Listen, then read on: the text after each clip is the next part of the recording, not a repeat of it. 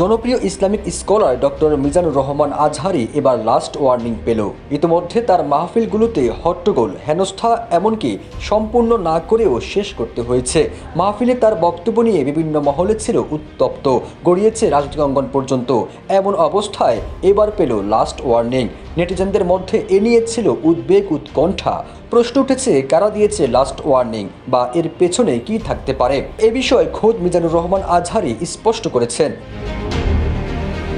সামাজিক যোগাযোগ মাধ্যম ফেসবুক পোস্টে মিজানুর রহমান আজহারি বলেন, এক বার্তায় ফেসবুক কর্তৃপক্ষ লাস্ট ওয়ার্নিং দিয়েছে, পেজের রিচ কমিয়ে দিয়ে সতর্ক বার্তা দিয়েছে যে ভবিষ্যতে নীতিমালা লঙ্ঘন হলে তার পেজ বন্ধ হয়ে যেতে পারে। ওই পোস্টে তিনি আরও বলেন, প্রায় 6 মাস আগে এক পোস্টের কারণে তার পেজের উপর নতুন করে রেস্ট্রিকশন দেওয়া হয়েছে। এর আগেও তিনি একাধিকবার ফেসবুকের রেস্ট্রিকশনের সম্মুখীন হয়েছেন।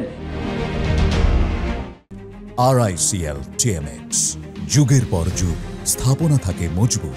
আজহারি জানান, নিপীড়িত মুসলিমদের পক্ষে কথা বলা এবং কিছু স্পর্শকাতর বিষয় শক্ত অবস্থান নেওয়ার কারণেই আমাদের পোস্টগুলো ফেসবুকের নজরে আসে এবং রেস্ট্রিকশনের শিকার হয়। কৃত্রিম বুদ্ধিমত্তার কঠোর নজরদারির কারণে এখন আর সহজেই ফেসবুকের চোখ ফাঁকি দেওয়া সম্ভব নয়। ফলে ধর্মীয় দাওয়ার প্রচারের এই বড় প্ল্যাটফর্মটি হারানোর ঝুঁকি বাড়ছে। তিনি বলেন, ফেসবুক এবার লাস্ট ওয়ার্নিং দিয়েছে। আর কোনো নীতিমালা লঙ্ঘন হলে পেজ পুরোপুরি হারিয়ে যাবে। অনেকে চান আমরা সব কিছু নিয়ে সরাসরি কথা বলি, কিন্তু বাস্তবতা হলো আমাদের অনেক সীমাবদ্ধতা আছে। আমরা ইচ্ছেমতো সব কথা বলতে বা লিখতে পারি না।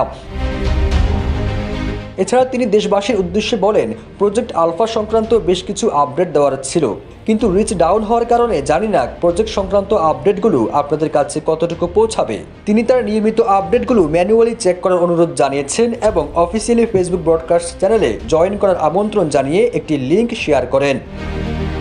ফিরোজ আলম, জয় দিন।